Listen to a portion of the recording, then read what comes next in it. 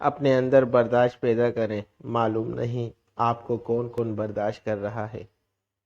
بیوی بچے گھر کے سربراہ کو محنت مزدوری کرتے ہوئے اپنی آنکھوں سے دیکھ لیں تو مرد ذات سے ان کے سارے گلے شکوے دور ہو جائیں۔ مرد کا یہ روپ بھی تو سوشل میڈیا پر دکھایا جانا چاہیے۔ بہترین تعلق کی سب سے بڑی خاصیت یہ ہے کہ وہ آپ سے اختلاف اور ناراضگی کے باوجود بھی آپ کا خیال رکھنا اور فکر کرنا نہیں چھوڑتا۔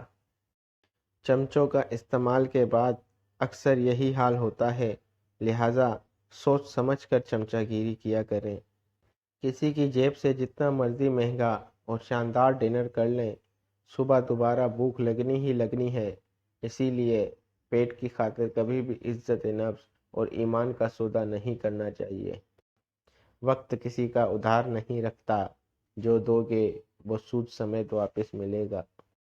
کبھی خود کو بھی چھان کے دیکھ، خاک کے سوا تجھ میں رکھا ہی کیا ہے۔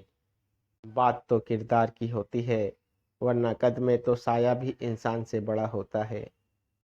کچھ لوگوں کی مثال اس قلم جیسی ہوتی ہے، دل کے اوپر بھی جگہ دے دو پھر بھی نقصان دیتے ہیں۔ مجھے پتھر سا دل لا دو کہ انسانوں میں جینا ہے۔ وقت، دولت، رشتے، یہ وہ چیزیں ہیں جو ہمیں مفت میں ملتی ہیں، مگر ان کی قیمت کا تب پتہ چلتا ہے جب یہ کہیں کھو جاتی ہیں۔ کسی کو دیا گیا دھوکہ گھوم پھر کے آئے گا آپ کی ہی طرف۔ لڑائی جھگڑے کے دوران ایک قدم پیچھے ہٹ کر تباہی روکی جا سکتی ہے۔ اچھے لفظ تخلیق کرنے کے ساتھ اچھے رویے بھی تخلیق کرنے چاہیے۔ لفظ کتابوں میں زندہ رہتے ہیں، رویے دلوں میں زندہ رہتے ہیں۔ پرندوں میں جب پرواز کی خواہش آ جائے تو وہ فراموش کر دیتے ہیں، ان پر لگائی گئی تمام محبت و محنت، بھول جاتے ہیں کہ انہیں کتنی محبت و حفاظت سے رکھا گیا تھا۔ بے شک سکون کی دولت اللہ کا ذکر کرنے والوں ہی کو نصیب ہوتی ہے۔